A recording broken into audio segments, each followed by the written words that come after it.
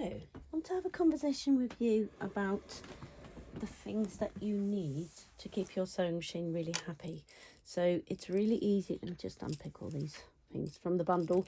It's really easy to not really think about the ingredients that you use for your sewing, or to presume, which lots of people do, that all things created for the sewing machine are created equal, and that is definitely not the case.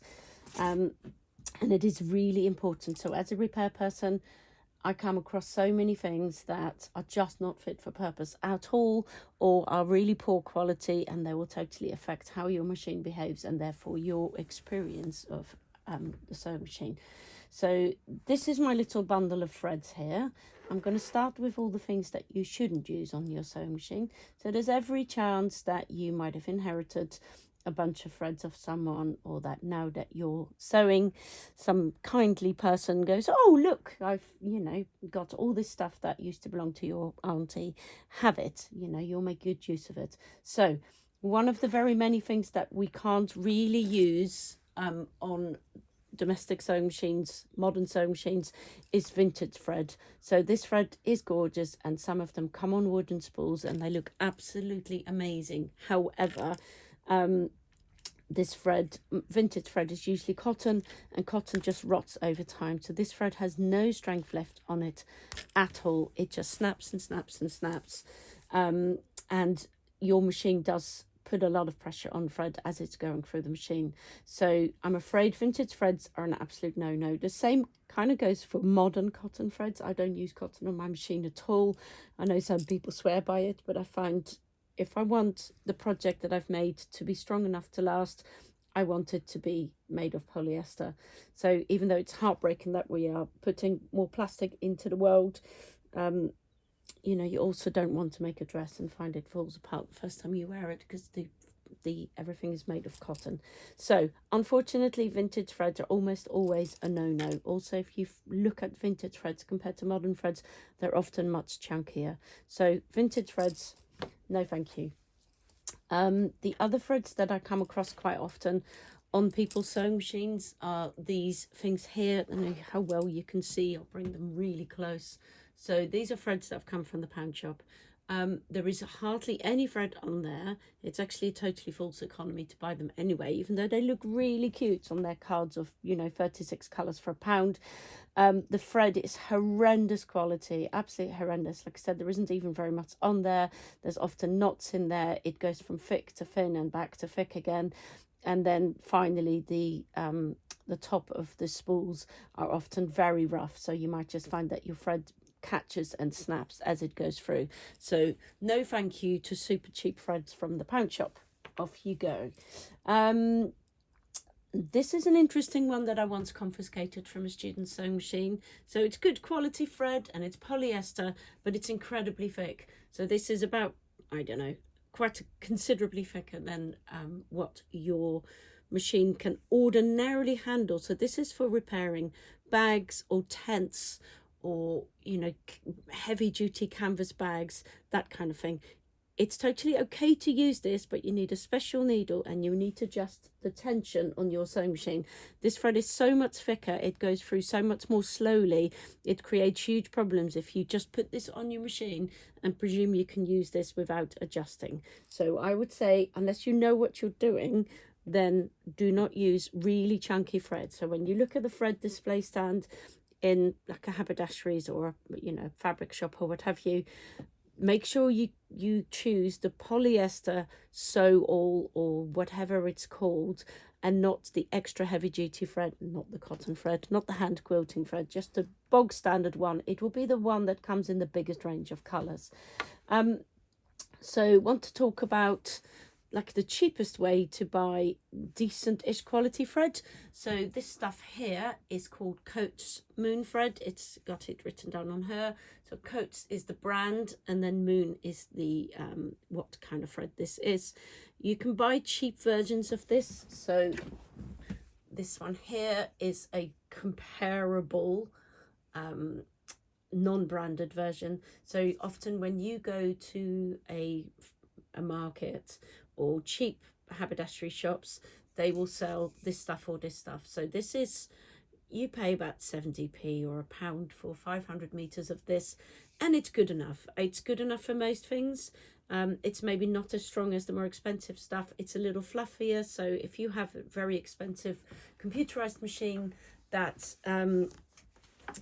that has all kinds of sensors underneath, maybe telling you when the bobbin is empty, then the fluff on here might, you know, obscure the sensors a little bit more quickly. I personally don't use this for dressmaking. I know lots of people that do, but it's good enough for almost everything else. So it's great for quilting, making curtains, making bags, making all kinds of things for yourself. They come in an extraordinary range of colours. So this is a good thing, a good place to start. And then the most expensive options, I mean, there is more expensive threads than this, and there's very specialized threads, but there's two makes that are most commonly on sale in the UK. This one is a brand called Gutermann, and if you are going to buy Gutermann, just be mindful that it's not cheap. So this one here, the Gutermann Sew All, is the general purpose polyester thread, and this is at least £1.70 for 100 meters, so that's a lot more expensive than the cheaper version. And then this one here is Coach Duet, so it's the same price, same color range, the same quality. It's just some shops sell Gutermann thread and some shops sell Coats. So these are what I use when dressmaking. They are super smoothly wound, so they are not fluffy. They go through your machine like a dream. If you have a very expensive computerized machine, it might demand only to have high-end threads on it. But most other machines are pretty content with whatever one you use.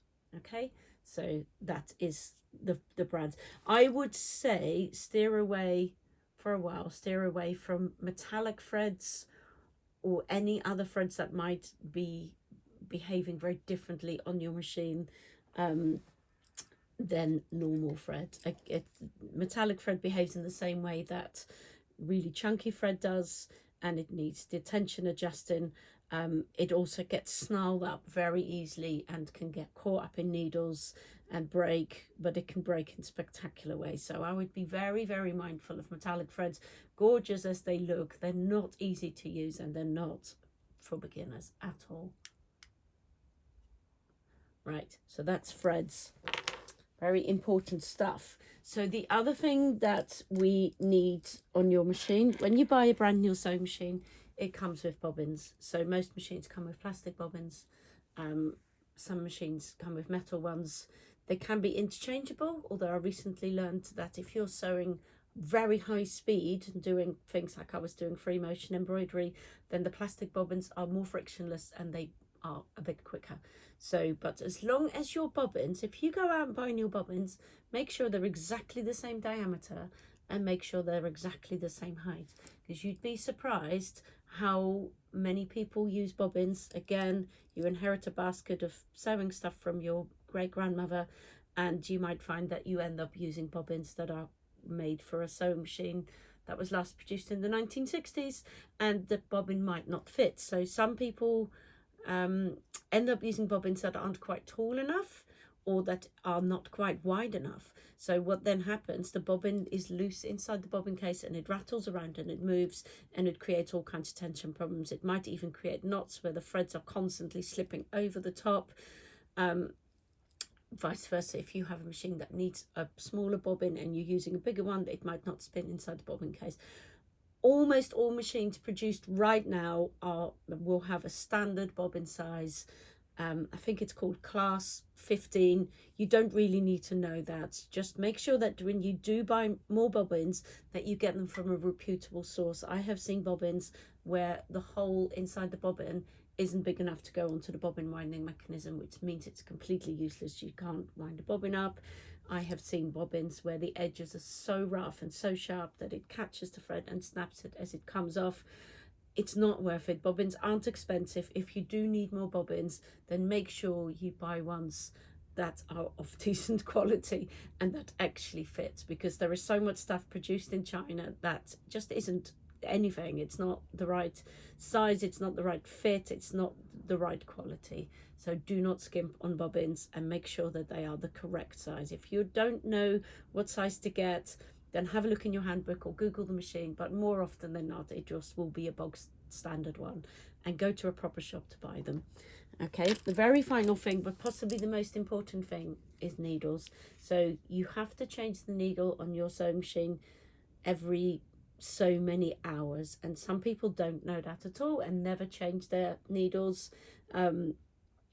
This can cause huge problems. I'd say 99% of the issues I fix on sewing machines are not fixes at all. I just replace the needle.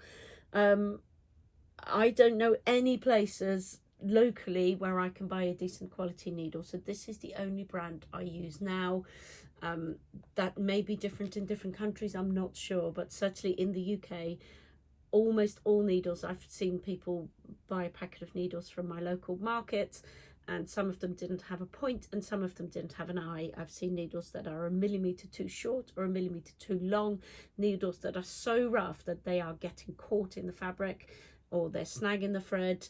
Needles have a very important job to do. They go in and out of the fabric, they form the stitches at very high speed, they need to be super smooth, and if the needle is damaged or bent, you know, if you haven't changed it for a long time, or if you've stitched into a pin, that kind of issue, or a needle that's rubbish quality, can cause enormous problems. So good quality needles are absolutely essential. I'll have a very quick chat about what kind of needles and what size. So there's lots of different kinds of needles you can get. These are universal multi-purpose needles. You can also get needles for sewing through leather or through knitted fabrics, or you can get fabrics specifically for embroidery or for quilting. Bog standard needles are, to be honest, I use them for most things. I don't always change needles when quilting or embroidery. I find most needles are just fine. Then there's different sizes. So if you look at the box here, so 130 /705H, that's the system that we use. The number here is the number 90. 80 and 90 are kind of average sized needles. If you get the smaller number, so they go down to about 60, 65, those needles are very thin and you'll find that they break very easily. So you would use them for really thin, like silk fabric, that kind of thing, so make small holes, but they're fragile needles. And then you can get much chunkier needles. You can get 100 up to 120, and they're great for denim, canvas, that kind of stuff, but they make holes that are far too big for normal fabric. So they are big chunky needles with a bigger hole, bigger shaft. They're very sturdy, they don't break so easily if you're going for chunky fabrics, but not good enough for most fabrics. So 80 or 90 is kind of what you want to use, but obviously the difference between this brand and other brands is shocking. So please just get decent quality needles and change them as often as you need to. We will go over that later.